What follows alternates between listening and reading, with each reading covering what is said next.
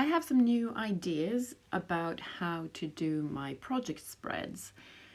I have a master project list with my mandatory projects, but also a dream projects list where optional stuff goes. Things I would like to do during the next 6 months, but that, nobody cares if I don't, only me.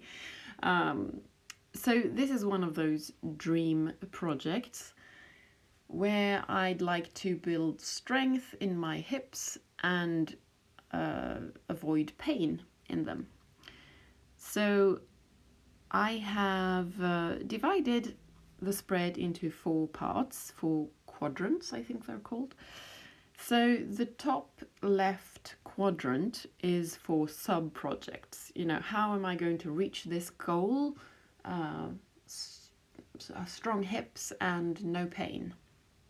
Well, there are 2 parts.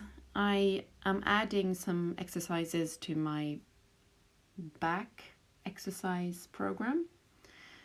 And I'm also modifying my yoga practice. So at the top I've written back exercises and I've added the clam, toe to floor and so on, a list of new exercises to try out. And I also will try hip alignment exercises. So I wrote that further down. I skipped a few lines or dots because I might add more actual exercises, strength building exercises. And below all that I have the yoga stuff where I'm trying a few alternative poses. And below the line, the lower left quadrant, I've written ref for reference material.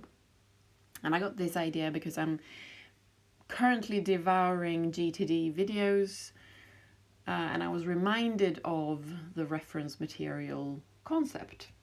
So I'm writing the sources for the exercises and yoga poses that I'm going to try. And I've written them in the same order as I've written them above. So the back exercises at the top are from Ask Dr. Joe, a YouTube channel. So below that line, the lower left quadrant, I have written 1, Ask Dr. Joe, and 2, I don't remember his name, so I haven't written it yet. But for all the things I'm going to try, the sub projects in the upper left quadrant, I have the sources and the references in the lower left quadrant, so I know where to find everything. Instead of writing it all in my bullet journal, I have bookmarks in my iPad and lists in on YouTube. So that's what that is. And on the right page, I also have 2 areas. The upper right quadrant is for scripting, and this is something I've discovered this autumn.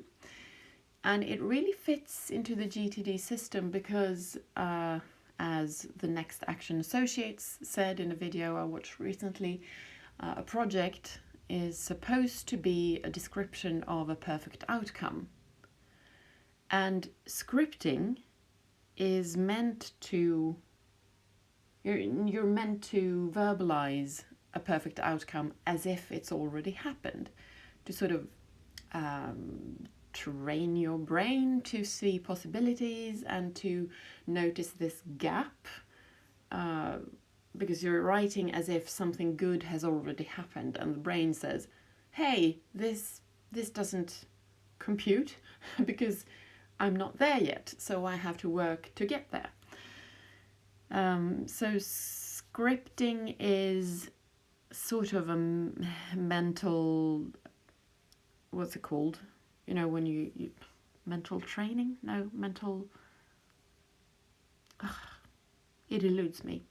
Anyway, it trains your mind to sort of do stuff for you that you want to achieve. Ugh, bad explanation. But anyway, it fits so well with the DTD concept of projects that I incorporated it in my project spread.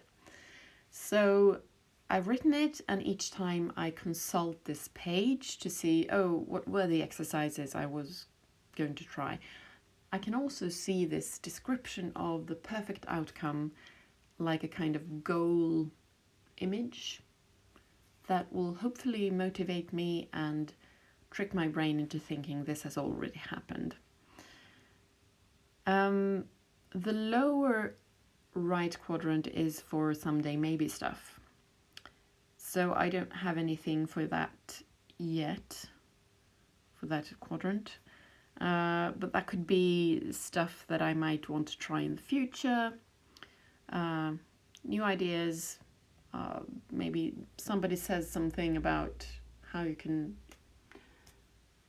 strengthen your hips, and I write it there because I'm not trying it yet, but I might in the future.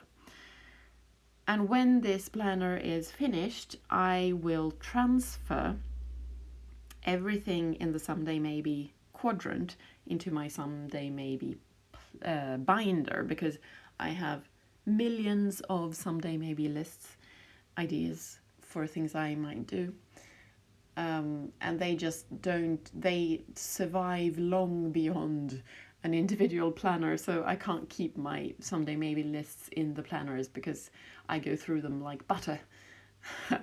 Whereas my plans and my ideas and, all that bucket stuff, I need a more permanent storage place for that.